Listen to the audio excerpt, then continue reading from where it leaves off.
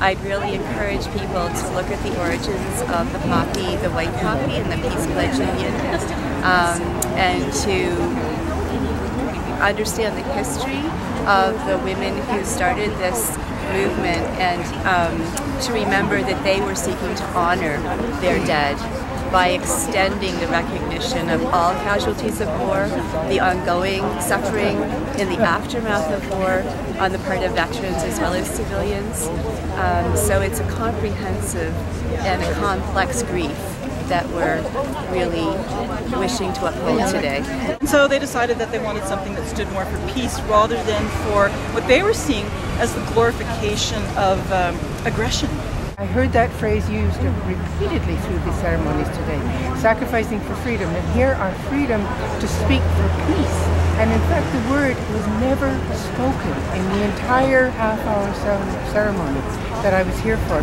So I feel as though almost that the spirit of John McCrae has been violated here as well. Because what he said to a chaplain shortly after he wrote that poem, he said, what I mean by take up our quarrel with the foe. By foe, he meant war itself.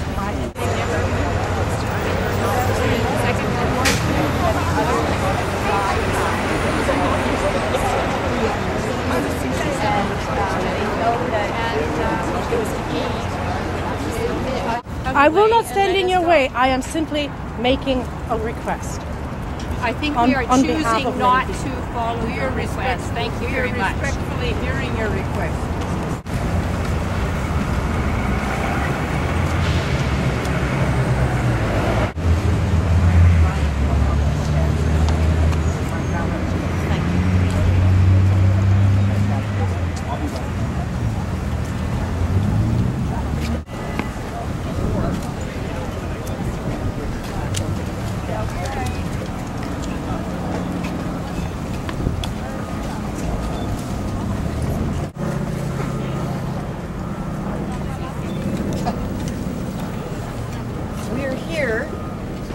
To honor all the people whose lives and bodies have been shattered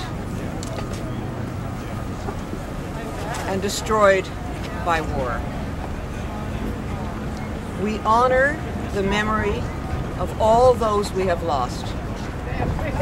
We honor the struggle of all those who have suffered and continue to suffer through wars that go on as we stand here.